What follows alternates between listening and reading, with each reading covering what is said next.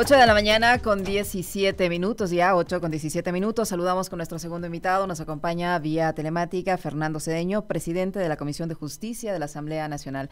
¿Cómo está, asambleísta Cedeño? Qué gusto tenerle en Punto Noticias en su primera emisión. Bienvenido, buenos días. Le acompañamos Alexis Moncayo, quien le habla, Licenia Espinel. Se ha generado toda una polémica por el análisis de estas reformas al Código Orgánico Integral Penal que han quedado, digamos que en espera, hasta ver cómo se desarrollan los diálogos al interior de la Asamblea Nacional. La Fiscalía ya ha anticipado, la fiscal general Diana Salazar, que presentará una acción de inconstitucionalidad si se aprueban las reformas al COIP en la Asamblea Nacional, reformas que ella considera polémica. Incluso cuestionó que los cambios buscan tener una justicia, dice ella, a la carta, y recomendó al presidente de la República, Daniel Noboa, el veto total del proyecto en caso de ser aprobado por la Asamblea Nacional. ¿Qué decir frente a estos temores de la fiscal general del Estado sobre estas reformas, en especial las que tienen que ver con el tema de la revisión? Bueno, que a confesión de parte, relevo de prueba, ¿no? O sea, no sé cuál es el temor si usted actúa conforme a derecho, en el caso de la Fiscalía o de la Corte Nacional de Justicia, no deberían tener ningún tipo de temor, porque lo que hemos procurado hacer en la comisión es un trabajo eminentemente técnico, amparado en una reforma que, sintonizándose con la difícil situación que vive el Ecuador, principalmente en los temas de inseguridad, hicimos esta reforma donde tenemos un endurecimiento de penas en 24 delitos, precisamente para tratar de mitigar los efectos del crecimiento de la delincuencia. Y claro, en la parte mediática se circunscriben solamente en uno o dos artículos donde se niegan a que exista dentro del recurso de revisión la posibilidad de que organismos internacionales de derechos humanos, principalmente la Corte Interamericana y los comités de derechos humanos de Naciones Unidas, tengan la facultad de revisar las sentencias que el Ecuador emita, ¿no? Y nos olvidamos que a partir del bloque de constitucionalidad de la Constitución, a partir del artículo 424 al artículo 425, habla claramente de que el Ecuador debe estar sujetado a los convenios y tratados internacionales que suscriba. ¿Cómo está, legislador? Qué gusto saludarle. Buenos días. Una de las observaciones que escuchaba a un colega es ¿por qué no delimitar? Porque me parece que como está planteada esa iniciativa, dejan como muy amplio, es decir, que cualquier organismo vigilante de los derechos humanos a nivel internacional pueda generar algún tipo de justamente de revisión o de observación de los procesos judiciales. Digamos, cuando, por ejemplo, el Ecuador está digamos, sujeto o adscrito al sistema interamericano de derechos humanos. ¿Cómo está ese asunto? Es decir, ¿qué tipo de niveles que están vinculados a la revisión de procesos judiciales, sobre todo en materia de derechos humanos, podrían entrar a revisar este tipo de casos? No estrictamente el de Rafael Correa, porque además me parece que acá han querido como etiquetar que esta reforma está vinculada únicamente a él, porque cualquier otro ciudadano que haya visto violentados sus derechos o el derecho al debido proceso puede, me imagino yo, recurrir a este tipo de figura, no únicamente él. Así es, por eso dije yo que a confesión de parte, relevo de prueba, yo no sé cuál es el miedo, ¿no? Si usted ha actuado con verticalidad, ha actuado apegado a las normas del debido proceso, no se debería tener ningún tipo de temor, pero lo que se ha develado aquí es todo, incluso una campaña sucia, incluso hasta que lleva hasta el terreno lo personal de las personas que estamos en este caso proponiendo estas reformas, ¿no? Yo creo que aquí hay que verlo con mucha madurez, con mucha tranquilidad. Tanto es así que yo, en mi calidad de ponente, el día de la sesión, vista que había empantanamiento, yo no mocioné la aprobación del informe de manera integral en el momento en que hice la presentación del proyecto. Esperé precisamente para para que transcurra el debate y recibir observaciones. Y el asambleísta Tayano me propone en su intervención, me dice asambleísta Cedeño, le solicito que usted, como ponente, presente una forma de votación por secciones, por una votación separada. Y yo, acogiendo ese pedido, presento y divido en dos secciones. Uno, los articulados, donde supuestamente había consenso, donde todo el mundo estaba de acuerdo. Y puse en la sección 2 los artículos, en algunos que hay algunos errores, en el otro que causaban problemas. Entre eso, el artículo 79, del que estamos haciendo mención en cuanto al recurso de revisión. Precisamente como una forma de viabilizar, ¿no?, que voten, ¿no?, sabiendo que de pronto en la sección 2 no íbamos a tener el respaldo que nosotros hubiéramos querido, pero precisamente como una forma de dar salida. Creo que en los recesos que hubieron mucha presión, ¿no? Esto es lo que yo presumo de sectores interesados de que esta reforma no se dé. Y dos, desde uno de los puntos y los articulados que está causando ruido, principalmente a la Fiscalía General del Estado, y por otro el Gobierno Nacional.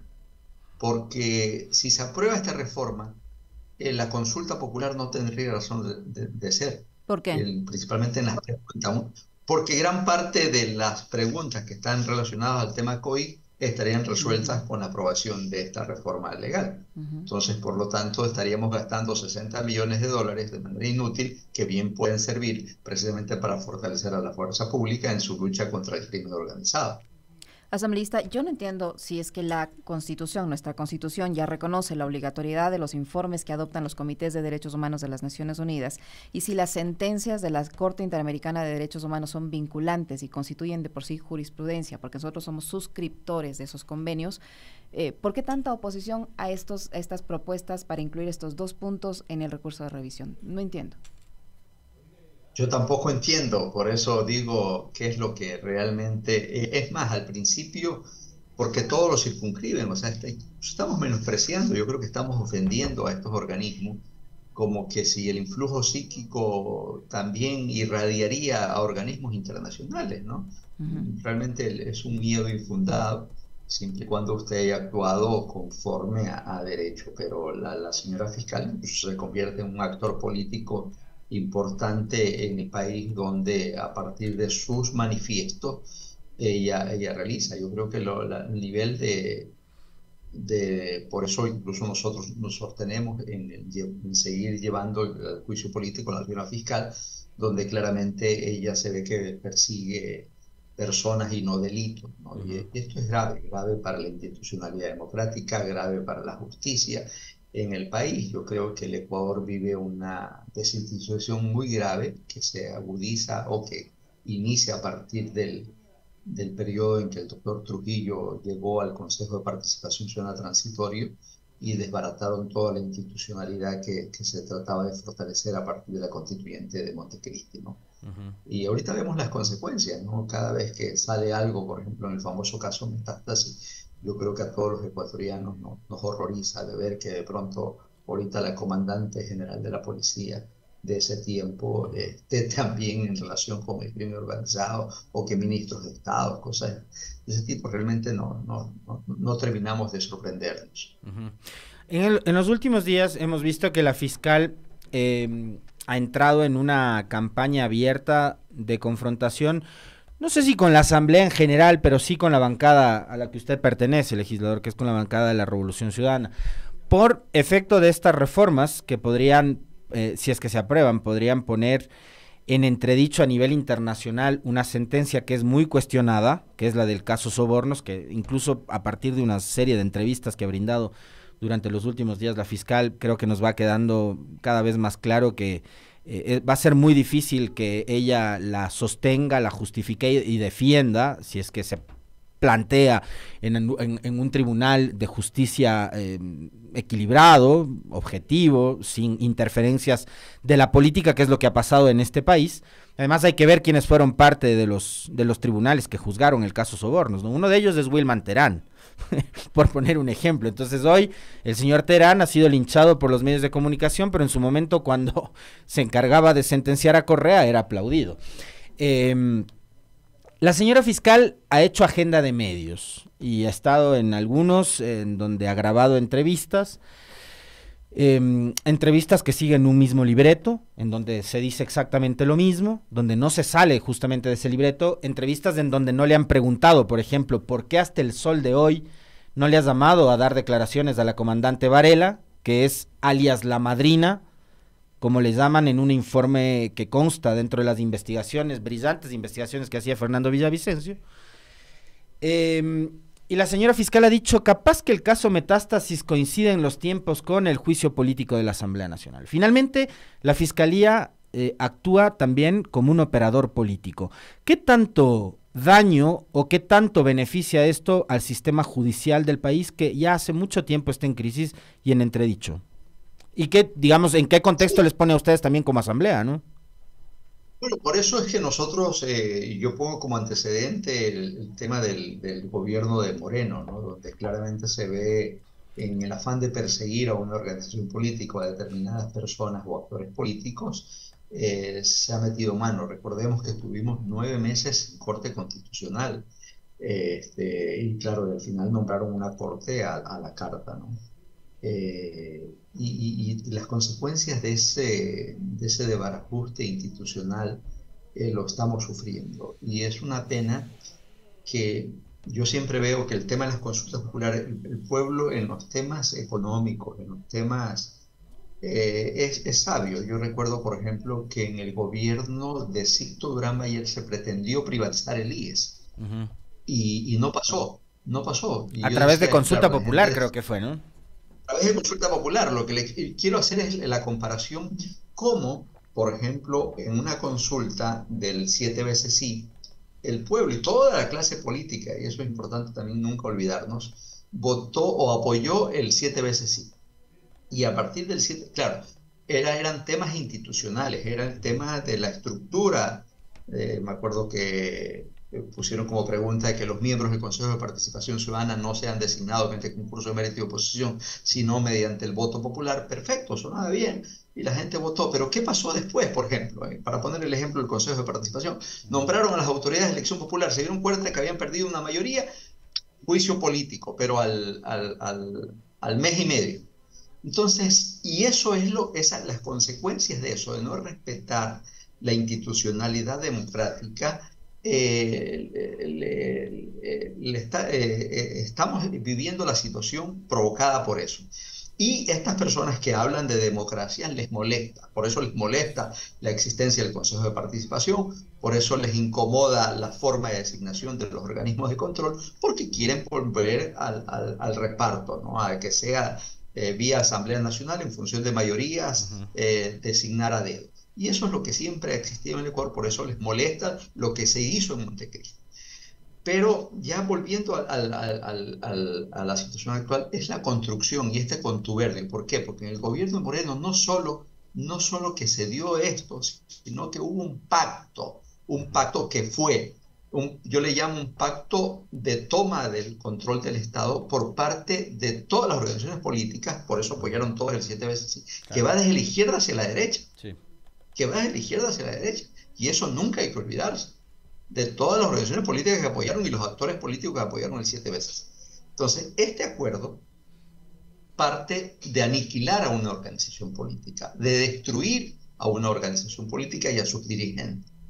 Por eso es que cada vez que cualquier actor o compañero nuestro se osa decir algo, simplemente es linchado mediáticamente y construyen toda una narrativa, todo un discurso en función de sus conveniencias. Y como tienen los canales amplificadores, simplemente lo logran parcialmente. Y por eso es que la batalla que nosotros realizamos desde dentro de la Asamblea Nacional es una labor precisamente para precautelar y fortalecer la democracia.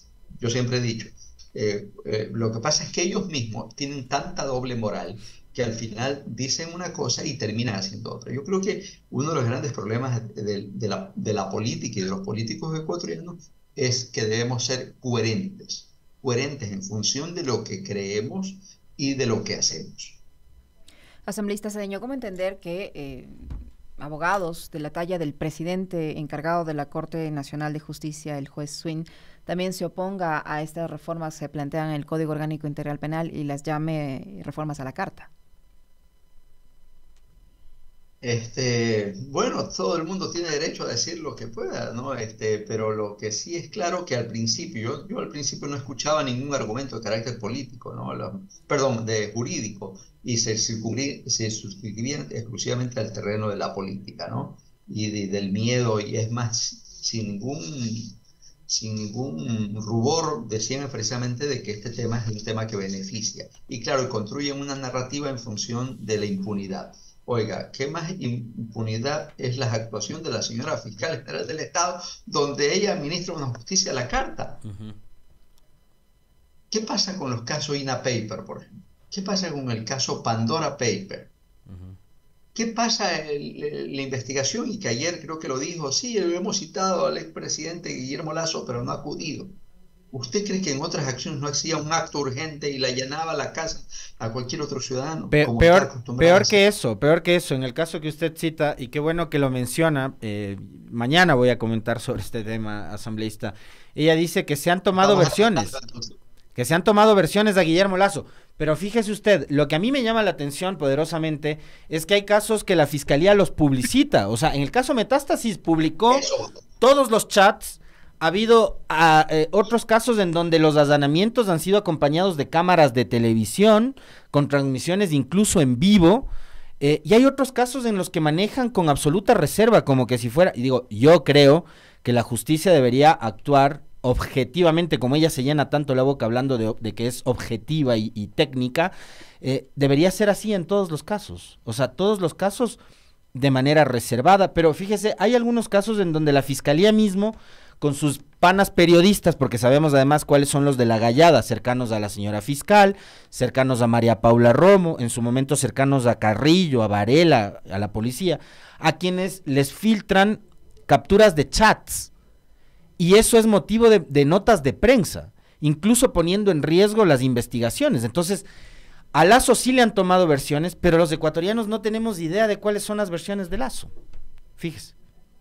totalmente, por eso es el tema grave, ¿no? De una justicia a la carta en la que se publicita lo que ellos quieren publicitar y guardan total opacidad en las cosas que ellos, por eso usted no ve avance, ¿no? Y además alterando la publicidad exagerada de lo que permite que se rompan cadenas de custodia, que esa prueba sea desvalorizada, porque precisamente usted no sabe lo que ha terminado, el nivel de contaminación que esas pruebas, supuestas pruebas o audios, sufren, ¿no? Entonces, que al final están llevados, incluso la tipificación del delito. Mire, la fiscal está acostumbrada primero, a usted le allana esto por un delito. En el desarrollo de investigación se dan cuenta de determinados errores, van acomodando, ¿no? Van acomodando y van ajustando en función de lo que ellos pretenden lograr y obtener. Entonces, yo creo que vivimos una descomposición grave en la administración de justicia, porque no es solo un tema de la fiscalía, es un tema de los jueces. Y cada vez que se devela algo, por ejemplo, en el famoso caso Metástasis, personalmente yo me horrorizo porque ves el nivel de descomposición que como sociedad hemos llegado, ¿no? Ujú. O sea, en que ministros de Estado, miembros de la fuerza pública, estén vinculados con el crimen organizado y el narcotráfico en las más altas esferas, realmente es un tema gravísimo. Recordemos por qué impulsamos el juicio político en el año 2022 al presidente Guillermo Lasso, era precisamente por su vínculo del grupo cercano con el crimen organizado y el narcotráfico. Eso no pasó en el tribunal, en la Corte Constitucional, pero el juicio político avanzó y por eso él, una vez que se dio cuenta que se le habían cerrado todas las puertas, no le quedó más alternativa que llamar a la muerte cruzada. No, Hasta, pero ujú. aquí estamos cumpliendo nuestra labor, la labor por la que el pueblo ecuatoriano nos eligió.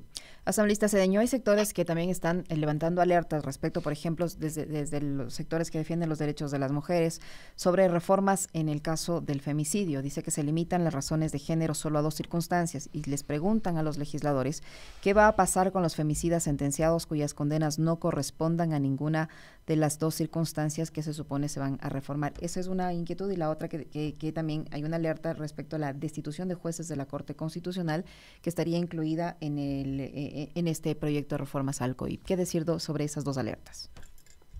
Y yo recuerde, no hay nada del tema de Corte Constitucional, ¿no?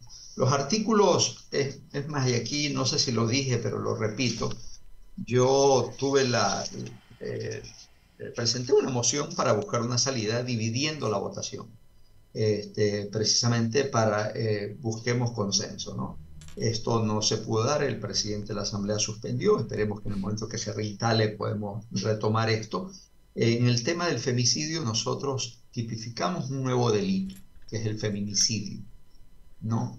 E hicimos una reforma al articulado del femicidio en nuestro afán de mejorar, ¿no? Nos han hecho algunas observaciones, toda acción humana es posible de corregir, y siempre y cuando se demuestre, se analice con madurez, pero hemos procurado ponernos al tanto, incluso hay reformas también ligadas a la justicia indígena.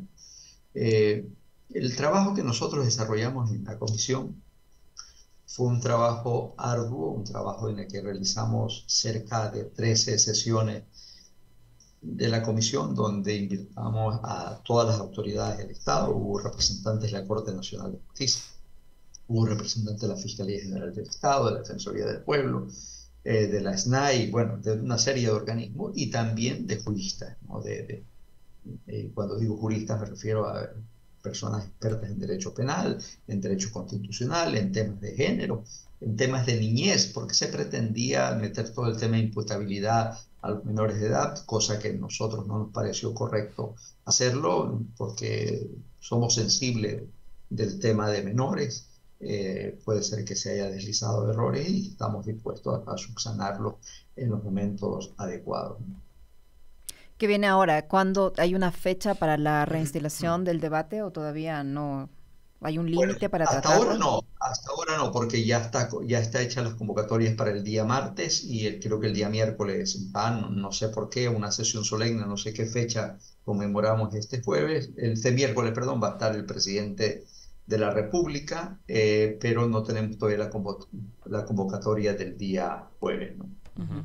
¿Los votos habrá o no? No lo sé. No lo sé, no lo sé porque en esta asamblea yo cada vez me desmotivo más porque veo que hay mucho populismo penal, mucho odio, mucho nivel de persecución en la que no se mira al adversario político como un adversario, sino como un enemigo al que hay que aniquilar, ¿no? Y eso hay una decadencia, un descenso en el debate, en la discusión, en el debate parlamentario, en la que sea la idea la que debe primar y no a veces las ofensas, ni caer en este círculo de esta construcción de esta narrativa de persecución en lo que ellos claramente, que algunas fuerzas políticas están enfrascados, ¿no? Yo espero que organizaciones políticas serias reanalicen su actuación, ¿no? Hay sectores muy claramente determinados que se dejan llevar por este discurso de odio, por eso algunos han propuesto hasta el archivo de esta reforma, ¿no? ¿Se corre ese riesgo? Se correría el riesgo, claro, este es un tema de mayoría, este es un tema de las decisiones en el Parlamento se toman en función de votos. Lo que sí le vamos a decir es que nosotros como bancada nos mantenemos férreamente unidos, trabajamos siempre pensando en el pueblo ecuatoriano y no para favorecer a ningún grupo de poder, como acostumbradamente se ha dado las acciones de los gobernantes en el país. Muy amable. Muchísimas gracias, asambleísta Cedeño, muy gentil. A ustedes.